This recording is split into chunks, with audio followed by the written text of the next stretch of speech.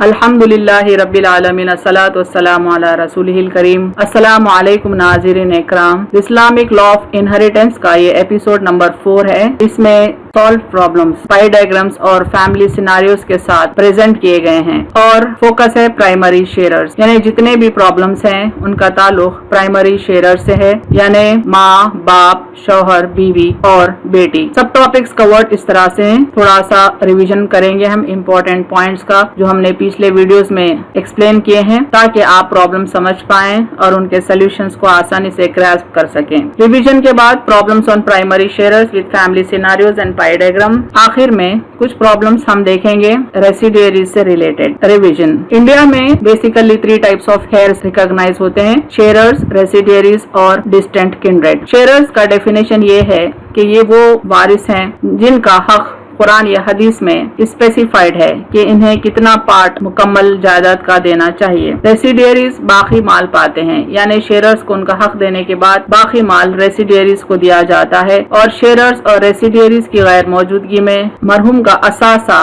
Distant kindred यानी Zabeel अरहाम को दिया जाता है। शेयरर्स को जबील फरूज कहा जाता है, रेसिडुअरीज को असबात कहा जाता है उर्दू जबान में। Classification of sharers. Sharers basically 2 types के हैं, प्राइमरी शेयरर्स यानी अहम तरीन जबील फरूज जिन्हें बुनियादी जबील फरूज भी कहा जाता है, जो 5 हैं। इन्हीं से रिलेटेड प्रॉब्लम्स हम इस वीडियो में देखेंगे। दूसरे टाइप के शेयरर्स हैं सेकेंडरी शेयरर्स। यहाँ पर राइट साइड पर मैंने फिगर में बताया कि वो 5 प्राइमरी शेयरर्स कौन कौन से हैं, father, mother, husband, wife and daughter. और प्राइमरी शेयरर्स मरने वाले के सबसे नियरेस्ट रिलेटिव्स होते हैं और इनको कोई एक्सक्लूड नहीं कर सकता, अलबत्ता ये सेकेंडरी शेयरर्स को एक्सक्लूड कर सकते हैं। अब देखेंगे जो प्राइमरी शेयरर्स के शेयर्स हमने पिछले वीडियोस में समझाए हैं उनकी यहाँ पर समरी है ताकि प्रॉब्लम समझने में आसानी हो। फादर के 3 केसेस होते हैं। केस 1 में जब मरने वाले ने कम से कम एक बेटा या पोता छोड़ा हो तब फादर का स्टेटस शेयरर का होता है और फादर का शेयर 1/6 होता है। केस 2 में मरने वाले का ना ही कोई बेटा है और ना ही कोई पोता है, लेकिन एक या एक से ज्यादा बेटियां या पोतियां अगर हों तो फादर का स्टेटस शेयरर का भी होता है और रेसिडुअरी का भी होता है और शेयरर के हैसियत से वो 1/6 हासिल करेगा और फिर रेसिडुअरी की हैसियत से रिमेनिंग अमाउंट भी यानी रेसिड्यू भी वो हासिल करेगा। फादर का तीसरा केस है कि जब मरने वाले ने सरे से कोई औलाद ही ना छोड़ी हो, ना ही बेटा बेटी और ना ही पोता पोती, ऐसी सिचुएशन में फादर का स्टेटस होगा रेसिडुअरी यानी वो बाकी माल पाएगा एक रेसिडुअरी की हैसियत से। हस्बैंड के 2 केसेस होते हैं कि मरने वाली बीवी अगर कोई औलाद ही ना छोड़ गई हो, यानी ना बेटा बेटी और ना ही पोता पोती, तब हस्बैंड का स्टेटस शेयरर का होगा और बीवी की मीरास में उसका हक होगा 1/2 यानी 50%। इस तरह से हस्बैंड का सेकेंड केस है जब मरने वाली ने यानी बीवी ने कोई औलाद छोड़ी हो जिसमें बेटा बेटी हो सकती है या कोई पोता पोती भी हो सकती है। ऐसी सिचुएशन में हस्बैंड का स्टेटस शेयरर का होगा और मरहुमा की औलाद होने के सबब हस्बैंड का शेयर घटकर 1/4 हो जाएगा। वाइफ के भी 2 केसेस हैं। पहले केस में शौहर ने जब कोई औलाद ना छोड़ी हो, औलाद से मुराद बेटा बेटी या पोता पोती, तब वाइफ का स्टेटस शेयरर का होगा और उसका हक होगा 1/4। केस 2 में मरने वाले ने कोई औलाद छोड़ी हो यानी कोई बेटा बेटी या कोई पोता पोती, तब वाइफ का स्टेटस शेयरर का होगा और उसका हक रिड्यूस हो जाएगा और 1/8 हो जाएगा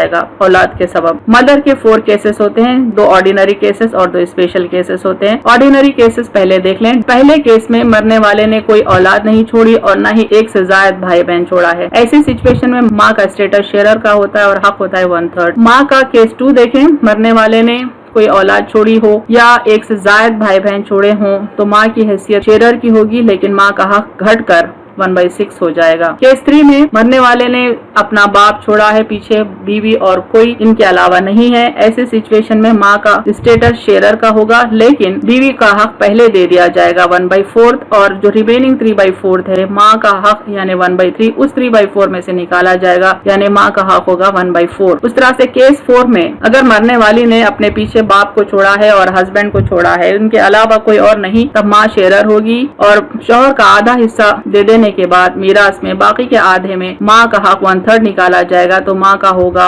1/6। डॉटर के 3 केसेस होते हैं। केस 1 में मरने वाले ने सिर्फ एक ही बेटी छोड़ी हो, साथ में कोई बेटा ना हो। ऐसे सिचुएशन में डॉटर का स्टेटस शेयरर का होता है और उसका शेयर होता है half of the total asset यानी जुमला जायदाद का 50%। केस 2 में मरने वाले ने एक से ज्यादा बेटियां छोड़ी हो यानी 2 या 2 से ज्यादा बेटियां छोड़ी हूँ। ऐसे सिचुएशन में डॉटर्स का स्टेटस होगा शेयरर और वो बेटियां 2/3 ऑफ टोटल एसेट हासिल करेंगी और आपस उनमें ये इक्वली डिस्ट्रीब्यूट होगा। केस 3 में बेटियों के साथ अगर बेटे भी हों तो ये टीम रेसिडियरी टीम कहलाती है और शेयरर्स को उनका हक देने के बाद रेसिड्यू इस टीम को जाता है और बेटी का हिस्सा बेटे का आधा होगा, यानी 2:1 में डिवाइड होगा।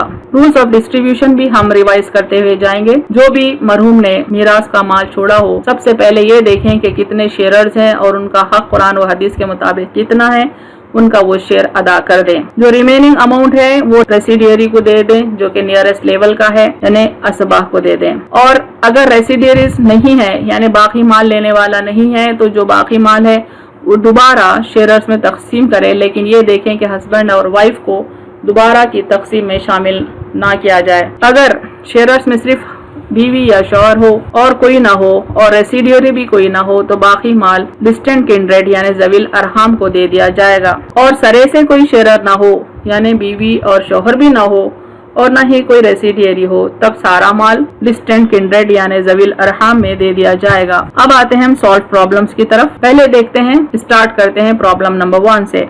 प्रॉब्लम 1 देखें। एक खातून ने अपने पीछे वालिदैन को छोड़ा, शौहर है और 2 बेटे हैं, 2 बेटियां हैं, तो उन्होंने जो मीरास छोड़ी है 1 लाख की, वो कैसे तकसीम की जाएगी। यहाँ देखिए मैंने फैमिली सिनारियो बताया है।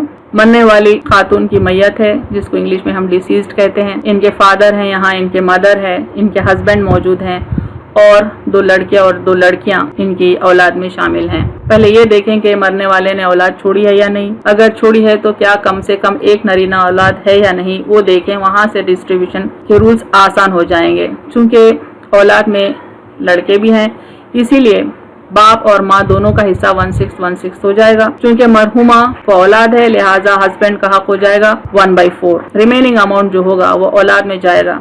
देखें लेफ्ट साइड पर इसकी तफसील बताई गई है। फादर शैल गेट 1/6, 1 लाख का 1/6 होता है 16,667 रुपीज। इस तरह से माँ का भी हक 1/6 होता है, तो माँ का भी अमाउंट उतना ही होगा जितना के बाप को दिया गया। हस्बैंड का हक होगा 1/4, 1/4 ऑफ 1 लाख होगा 25,000। बच्चों को मिलेगा रेसिड्यू। रेसिड्यू कैलकुलेट करने का मेथड मैंने पहले भी बताया। तमाम के शेयर्स को ऐड कर दें और रेसिड्यू को अननोन लिख दें और टोटल अमाउंट मरहूम ने कितना छोड़ रखा है वो इक्वल के राइट पर लिख दें। इस तरह से x कंप्यूट हो जाएगा और x है 17,857 रुपीज और ये होगा 41.67%। यहाँ देखें मैंने फिगर में लीजेंड बताया है। माँ का हक येलो कलर में बताया गया है, ये है टोटल का 1/6। बाप का हक लाइट ब्लू में है, ये है टोटल का 1/6 और हस्बैंड का हक डार्क ब्लू में बताया गया है, ये है 1/4 ऑफ टोटल।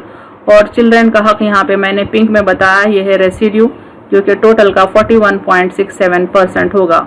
इसी तरह से आप हर पाई डायग्राम को समझने की कोशिश करें। अब देखेंगे प्रॉब्लम 2। यहाँ पर एक खातून है जिनका इंतकाल हुआ है। उन्होंने अपने पीछे अपने बाप, अपनी माँ और अपनी औलाद को छोड़ा है जिसमें 1 बेटा और 1 बेटी है और हस्बैंड का इंतकाल पहले ही हो चुका है। तो हमेशा की तरह पहले ये देखें कि मरहूम ने क्या औलाद छोड़ी है तो अगर क्या उसमें 1 बेटा है, हाँ मौजूद है, लिहाजा बाप और माँ दोनों का हक 1/6 हो जाएगा। और चूंकि हस्बैंड तो है ही नहीं उनका हक देने के लिए, तो रेसिड्यू यानी बाकी माल में हस्बैंड का भी हिस्सा शामिल हो जाएगा और तमाम बाकी माल रिमेनिंग अमाउंट ये 2 बच्चों को मिल जाएगा, लेकिन 2:1 रेशियो में तकसीम होगा। देखें इसका सोल्यूशन लेफ्ट पे मैंने बताया। बाप को मिलेगा 1/6, इस तरह से माँ को भी मिलेगा 1/6 क्योंकि अमाउंट 1 लाख है, तो बाप का हक होगा 16,667 रुपीज और माँ का भी उतना ही होगा और बच्चों को मिलेगा रेसिड्यू। रेसिड्यू कंप्यूट करने का तरीका देख लें। 1/6 plus 1/6 plus x is equal to the total asset, वो है 1 लाख, तो x हो जाएगा यहाँ पर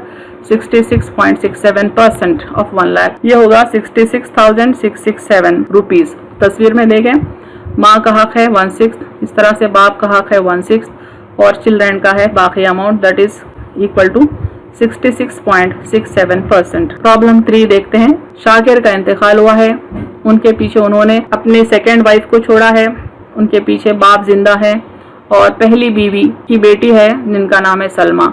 सेकेंड वाइफ का नाम बताया गया है साजिदा। अब डिस्ट्रीब्यूशन ऑफ एसेट समझाना है, तो हमेशा की तरह हम ये देखेंगे क्या मरने वाले ने औलाद छोड़ी है। हाँ औलाद तो है लेकिन नरीना औलाद नहीं है, इसीलिए बाप यहाँ पर शेयरर के साथ साथ रेसिडियरी भी होगा। शेयरर की हैसियत से वो 1/6 पालेगा और रिमेनिंग अमाउंट भी लेगा, पहले बाकी के लोगों के शेयर्स देना होगा।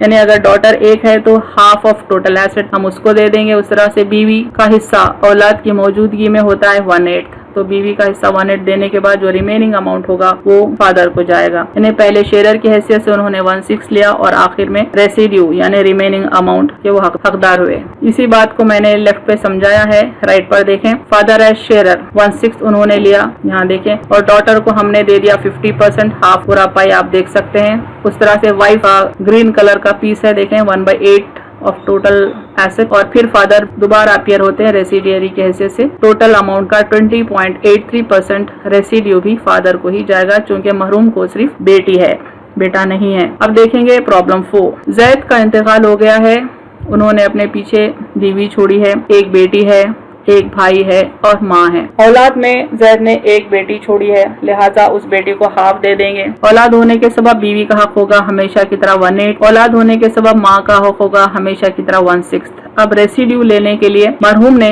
कोई बेटा नहीं छोड़ा और न ही उनका बाप है, तो नेक्स्ट लेवल पे आता है भाई, तो भाई को रेसिड्यू यानी रिमेनिंग अमाउंट मिल जाएगा। ये एक्सप्लेनेशन लेफ्ट पर मैंने दिया है, राइट पर उसका पाई डायग्राम है, देखें। औलाद की मौजूदगी के सबब माँ का हक होगा 1/6 और बेटी को चूंकि एक है 50% ऑफ टोटल दे दिया जाएगा। औलाद की मौजूदगी के सबब वाइफ का हिस्सा होगा 1/8 और भाई को रेसिड्यू यानी रिमेनिंग अमाउंट दे दिया जाएगा, जो होगा टोटल प्रॉपर्टी का 20.83%। अब देखेंगे प्रॉब्लम 5। जमील का इंतकाल हुआ है, उन्होंने अपने पीछे 2 बीवियां छोड़ी हैं। यहाँ देखें तस्वीर में फर्स्ट वाइफ है और सेकेंड वाइफ है, और उन्होंने एक बेटा छोड़ा है और एक बेटी छोड़ी है और फिर साथ में माँ भी है। तो हमेशा की तरह ये देखेंगे क्या मरने वाले ने कोई बेटा छोड़ा है कम अज कम, या कोई औलाद छोड़ी है। तो यहाँ हम देख रहे हैं कि बेटा भी है, बेटी भी है, तो माँ का हक होगा 1/6 और औलाद होने के सबब बीवियों का टोटल हक होगा 1/8, यानी दोनों में तकसीम होगा 1/8। तो फर्स्ट वाइफ को 1/16 जाएगा, सेकेंड वाइफ को भी 1/16 जाएगा, और जो रिमेनिंग अमाउंट है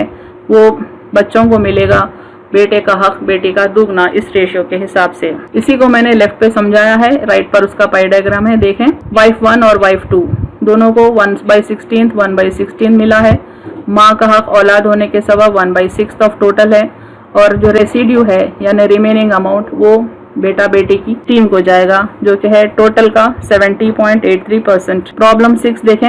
जैद का इंतकाल हुआ है, उन्होंने अपने पीछे एक बेटी को छोड़ा है, बीवी है, माँ है और बाप है। चूंकि जैद की औलाद में बेटा नहीं है, सिर्फ बेटी है, इस वजह से फादर का स्टेटस पहले शेयरर का होगा और 1/6 हिस्सा पाएंगे। उसके बाद सेकेंड फेज में वो एज रेसिडियरी अपीयर होते हैं और प्रॉब्लम में मौजूद मरहूम के दोनों भाइयों को एक्सक्लूड कर देते हैं। तो पहले हम फादर को दे देंगे 1/6 और माँ को भी 1/6 चूंकि औलाद मौजूद है, और बीवी को देंगे 1/8 औलाद की मौजूदगी के सबब। रिमेनिंग अमाउंट फिर जाएगा बाप को, चूंकि बाप फिर एज रेसिडियरी अपीयर होता है।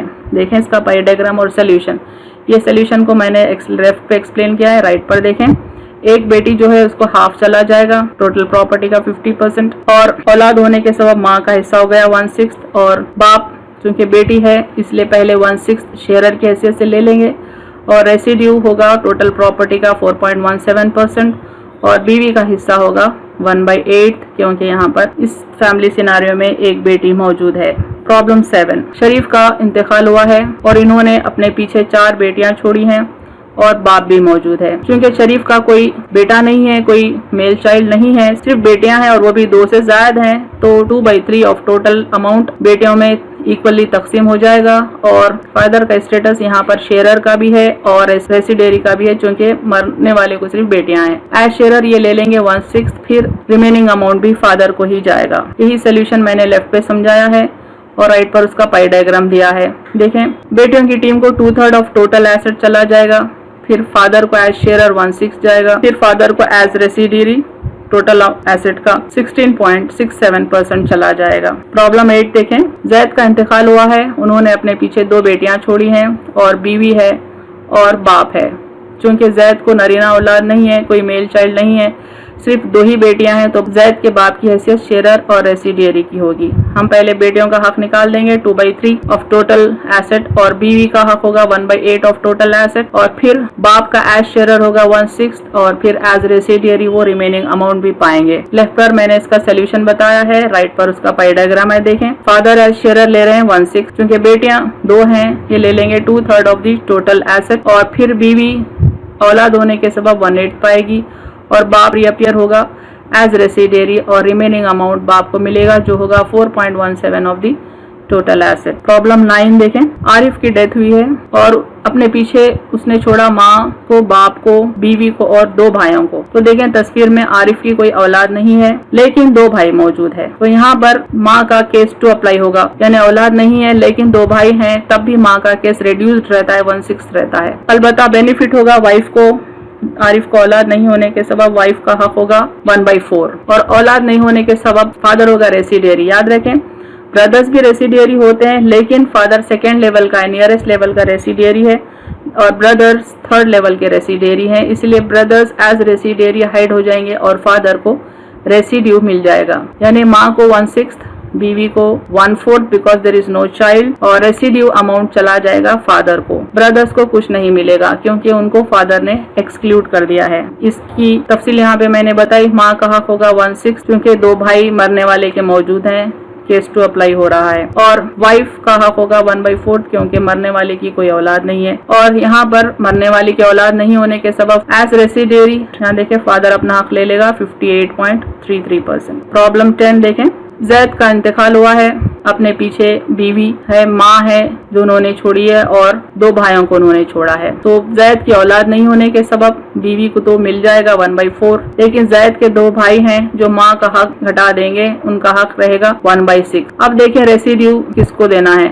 क्योंकि रेसिडियरीज में सिर्फ भाई ही मौजूद हैं लिहाजा दोनों भाइयों को रेसिड्यू यानी बाकी माल मिल जाएगा और आपस में इक्वली डिवाइड होगा। इसी को यहाँ पाई डायग्राम में बताया गया है। माँ का हक 1/6 क्योंकि मरने वाले के 2 भाई मौजूद हैं और बीवी का हक 1/4 क्योंकि मरने वाले को औलाद नहीं है और 2 भाई जो हैं एज रेसिडियरीज अपीयर होते हैं और उनको टोटल अमाउंट का 58.33% मिलता है। प्रॉब्लम 11। मरने वाले ने अपने पीछे माँ को छोड़ा है, बीवी है और एक बेटी है और साथ में पैटर्नल अंकल है जैसे कि चाचा है। चूँकि मरने वाले को औलाद है इसलिए बीवी का हक होगा 1/8, माँ का हक होगा 1/6 और डॉटर चूंकि एक ही है इनका हक होगा 1/2 और रेसिडियरी यहाँ पर पैटर्नल अंकल है। चूंकि सिनारियो में बेटा नहीं, बाप नहीं, भाई नहीं है मरने वाले का, इसीलिए पैटर्नल अंकल एज रेसिडियरी अपीयर होते हैं और रिमेनिंग अमाउंट यानी बाकी माल पाते हैं। इसी को लेफ्ट पे समझाया गया है। राइट पर उसका पाई डायग्राम है। माँ का हक होगा 1/6 क्योंकि मरने वाले को औलाद है। इस तरह से मरने वाले को चूंकि एक ही बेटी है, बेटी का हक होगा 50% और बीवी औलाद के सबब 1/8 पाएगी और पैटर्नल अंकल को रिमेनिंग अमाउंट मिलेगा यानी रेसिड्यू जो है 20.83%। Problems on रेसिडियरीज। 2 मुख्तसर से प्रॉब्लम्स देखेंगे हम रेसिडियरीज पर यानी असबात पर। If the dead has left father यानी मरने वाले ने अगर अपने पीछे बाप छोड़ा है, भाई भी है और फिर पैटर्नल अंकल यानी चाचा भी है, how the inheritance is distributed. Inheritance यानी मीरास कैसे तकसीम होगी। इस डायग्राम को देखें जहाँ पे मैंने लेवल्स ऑफ मेल एग्नेट्स बताए हैं। रेसिडियरीज के भी मुख्तलिफ लेवल्स होते हैं। सबसे टॉप लेवल में बेटा, पोता वगैरह आते हैं। ये है male paternal descendants of the deceased यानी मरने वाले की नरीना औलाद अगर मौजूद हो तो बाकी के तीनों लेवल्स के रेसिडियरीज हाइड हो जाते हैं। इस तरह से अगर लेवल 2 का कोई रेसिडियरी है जिसमें आते हैं male paternal descendants of the deceased जैसा कि बाप, दादा, परदादा वगैरह, अगर ये 2nd लेवल के रेसिडियरीज मौजूद हों तो 3rd और 4th लेवल को हाइड कर देते हैं। इस तरह से 3rd लेवल के रेसिडियरी जिसमें भाई, भाई का बेटा वगैरह है, 4th लेवल के रेसिडियरीज को हाइड कर देता है। 4th लेवल में चाचा वगैरह आते हैं। तो यहाँ पर सवाल में बताया गया कि मरने वाले ने बाप भी छोड़ा है, भाई भी छोड़ा है और चाचा भी छोड़ा है। देखें कि इन तीनों में सबसे टॉप लेवल का कौन सा है, वो बाकी के रेसिडियरीज को हाइड कर देता है। इस डायग्राम के मुताबिक फादर बनिस्बत ब्रदर और पैटर्नल अंकल के हाईएस्ट लेवल रखता है। फादर का लेवल 2 है और भाई का लेवल 3 है और चाचा का लेवल 4 है। इसीलिए फादर ब्रदर और पैटर्नल अंकल को हाइड कर देगा और चूंकि रेसिडियरी के अलावा फैमिली सिनारियो में कोई शेयरर मौजूद नहीं है इसलिए सारे एसेट्स फादर इनहेरिट कर लेगा। इस सवाल को देखें। किसी मरने वाले ने 2 बेटे छोड़े हैं और 3 बेटियां हैं, साथ में एक भाई भी है और एक बहन भी है। Explain the distribution of his asset. चूंकि मरने वाले ने एक बेटा तो जरूर छोड़ा है, चूंकि साथ में बेटियां भी हैं, बेटे बेटियां मिलके रेसिडियरी टीम बनाएंगे और ब्रदर 3rd लेवल का है इसलिए ब्रदर और सिस्टर की टीम हाइड हो जाएगी और सन्स और डॉटर्स की टीम एज रेसिडियरी सारा माल हासिल कर लेंगे चूंकि फैमिली सिनारियो में कोई शेयरर्स नहीं है।